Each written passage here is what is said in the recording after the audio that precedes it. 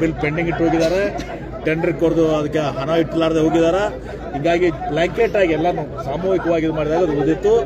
ಈಗ ಇದು ಪೈಪ್ಲೈನ್ ಮಧ್ಯಪ್ರದೇಶ ಮಾಡಲ್ ಮೇಲೆ 3 ಕಡೆ ಒಂದು ತಿಡುಗುಂಡಿ ಅಕ್ವಾಟಿಕ್ ಟೇಲೆಂಡು ಮತ್ತು ನಮ್ಮ ಅರಕೇರಿ ಮತ್ತು ಇದು ಮಧ್ಯಪ್ರದೇಶ ಮಾಡಲ್ ಇದು ಮಾಡಿದ್ವಿ. ಅದು ಕೂಡ ನಾನೇ ಟೀಮ್ ಕಳಿಸಿ ಮಧ್ಯಪ್ರದೇಶ ಇದು ಮಾಡಿದ್ದು. ಅಂದ್ರೆ ಒಂದೊಂದು ಬ್ಲಾಕಿಗೆ 20-25 ಹೆಕ್ಟರ್ಸ್ಗೆ ಒಂದೊಂದು ಬ್ಲಾಕಿಗೆ ಅದರ ನೀರು ಒಯ್ದು ಅಲ್ಲಿ ಬಿಡ್ತೀವಿ.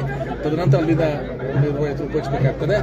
ಈಗ DPR ಮಾಡಲಿಕ್ಕೆ ಇವತ್ತೊಂದು ಆದೇಶ ಕೊಟ್ಟಿದೆ.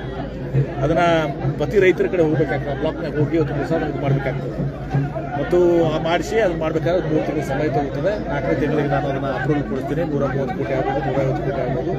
ಅಪ್ರೂವಲ್ ಕಳಿಸಿ ಟೆಂಡರ್ ಕರೆದು ಇದನ್ನು 9 ತಿಂಗಳವರೆಗೆ ಇದನ್ನು ಮುಗಿಸ್ಕೊಡುವಂಥ ಕೆಲಸ ಮಾಡ್ತೀವಿ. ವಿಜಾಪುರ ಸಂಪುಟ ಸಭೆಯಲ್ಲಿ ಅನುಮೋದನೆ ಅಂತ ವಿಜಾಪುರ ಅವರಿಗೆ ನಮ್ಮ ರೈತರಿಗೆ ಸಮಾಧಾನ ಆಗಲಿಕ್ಕೆ ನಾಳೆ ಸೆಪ್ಟೆಂಬರ್ ಏನದು ಆಗ್ತದೆ, ಕ್ಯಾಬಿನೆಟ್ ಆಗ್ತದಲ್ಲ, ಕ್ಯಾಬಿನೆಟ್ ಕೂಡ ಘೋಷಣೆ ಮಾಡ್ತೀವಿ.